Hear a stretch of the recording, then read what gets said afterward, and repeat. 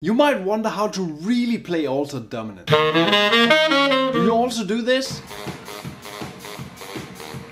When you see an altered dominant, you just turn around and dance instead of playing it. Maybe you're already thinking how to navigate the alterations and how to play the sound of the chord. Don't worry, let me just go ahead and quickly show you some of the ways to solve your problem immediately. Or maybe you want to move your sound from playing diatonic like this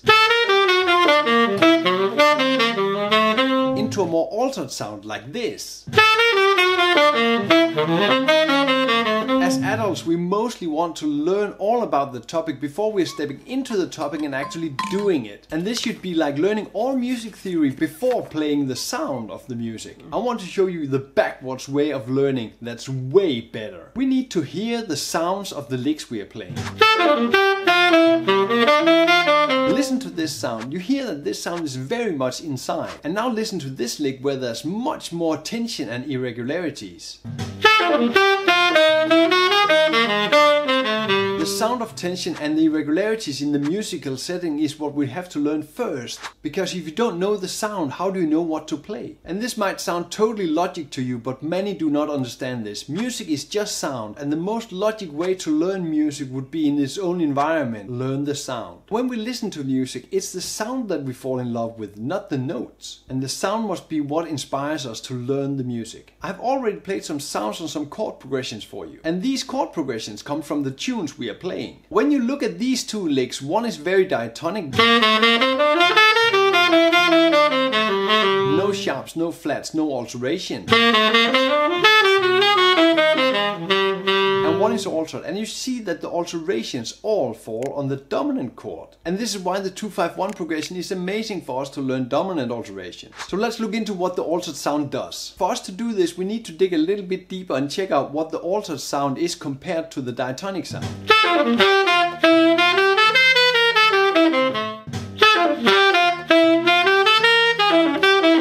When examining the dominant lines, we know that the dominant resolves into the tonic chord, and that's the function of the dominant. The diatonic dominant has lots of common tones in the tonic chord.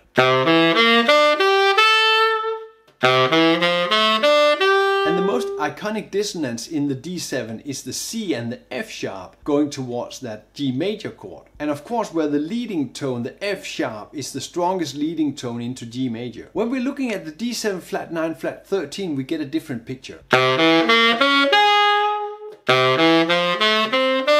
The C and the F sharp are still in play, and they are resolving beautifully into the G major. But we also get the E flat, the flat 9, and the B flat, the flat 13. The E flat, the flat 9 on the D7 wants to resolve into the D on the G major 7, the 5th. Here it's the flat 13 into that A. Of course, there are lots of ways to resolve these alterations, but these are the most common. And now you really need to get your ears into the game.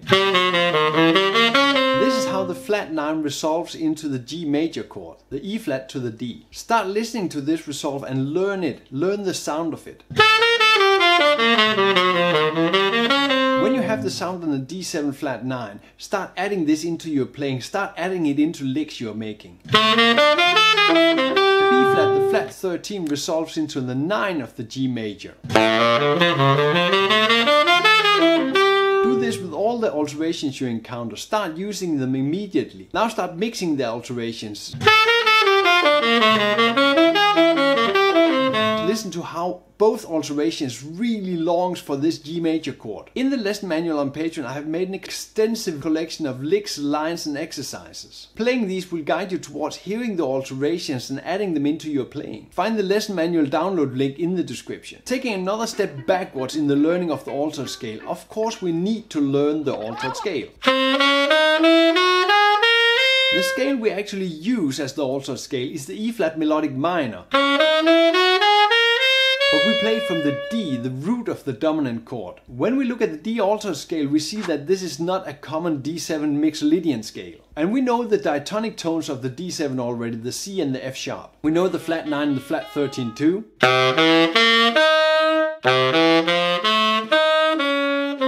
F is the flat 10. I like to call it the flat 10 because I would say it's weird to have two 9s, a flat 9 and a sharp 9. Normally the flat 10, the F, would lead down to the flat 9, the E flat, and going into that D on the G major chord. Of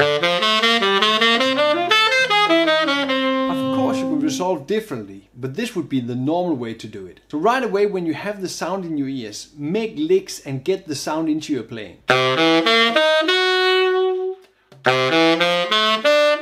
And the last alteration I want to mention in the alto scale is the flat 5. The flat 5 resolves upwards to the 9th of the G major chord. A flat to A.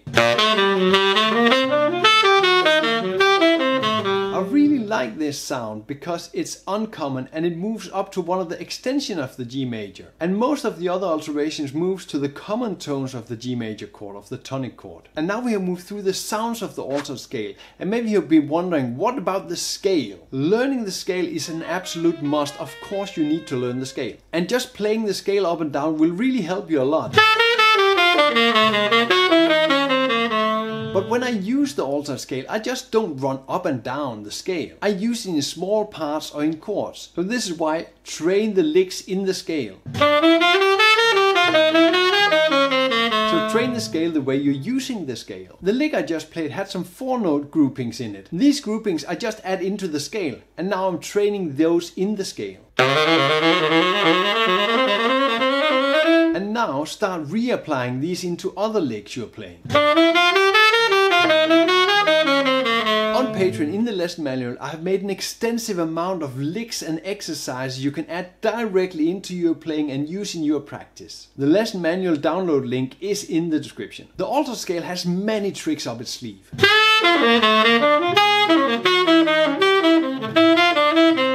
When you isolate certain alto sounds, you learn to hear these and use these.